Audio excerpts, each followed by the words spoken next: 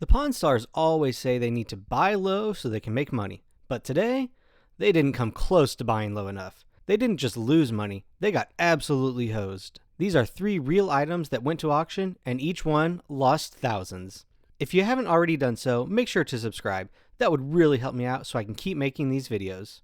For each of these items that were shipped off to auction and regretted immediately, no experts were called in, no second opinions, and the auction houses didn't show mercy. And for these deals, I'm not even bothering with calculating the auction fees and the losses down to the last penny. Just know that after auction fees, the losses only get uglier. And if you want to see other big losses on Pawn Stars deals when the items resell, check out this Fender guitar deal video and this rare coin video.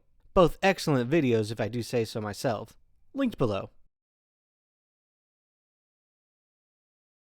Ironically, the smallest loss in this video belongs to Chum, and even that one still crosses over the $1,000 mark once you factor in auction fees.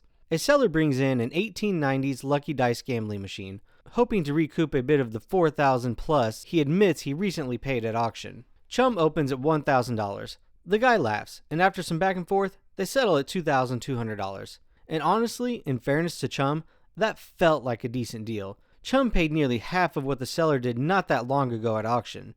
It was a motivated seller in need of quick cash selling a gambling machine in Vegas. Seems to check out. Well, the seller isn't the only one to take a big loss on this deal.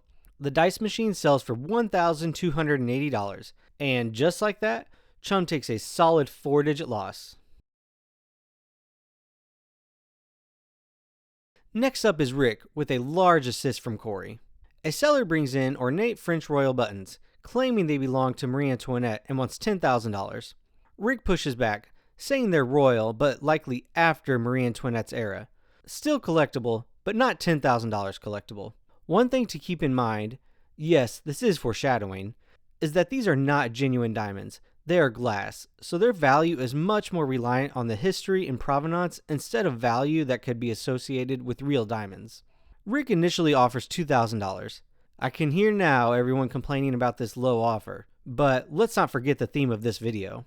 The seller drops to $4,500, then $3,500. Rick hesitates, but Corey persuades him to make the deal, so they buy them for $3,500.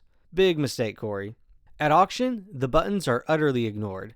No name, no paperwork, no intrinsic value, since the diamonds are actually glass, and the price suffered for it. The final auction price? $256. No, I didn't miss a zero in there. They sold for just $256. That's a brutal 93% loss, a minimum of $3,244 down the drain.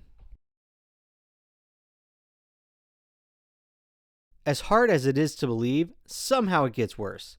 A seller walks in with an elaborately engraved 1894 Marlin Rifle, asking for a hefty $41,000. Rick goes classic Rick mode, points out every flaw, talks about condition issues, risk, uncertainty, all in the service of getting a lower price. He comes in at $20,000. The seller doesn't budge, so Rick goes all the way up to $21,000. The seller tries a few more price points, but Rick doesn't move, citing all the risk he is taking, and the fact that the seller gets to walk out with cash today. Clearly unhappy, the seller accepts the $21,000 purchase price. But if he saw the auction results when Rick sold it, he would have celebrated. When the rifle reaches the auction house, the estimate is only $8,000 to $12,000. Not a good sign. Rick already knows he messed up. Oh, but it gets worse. The final sale price? Just $5,120. Ouch, that's a big time loss.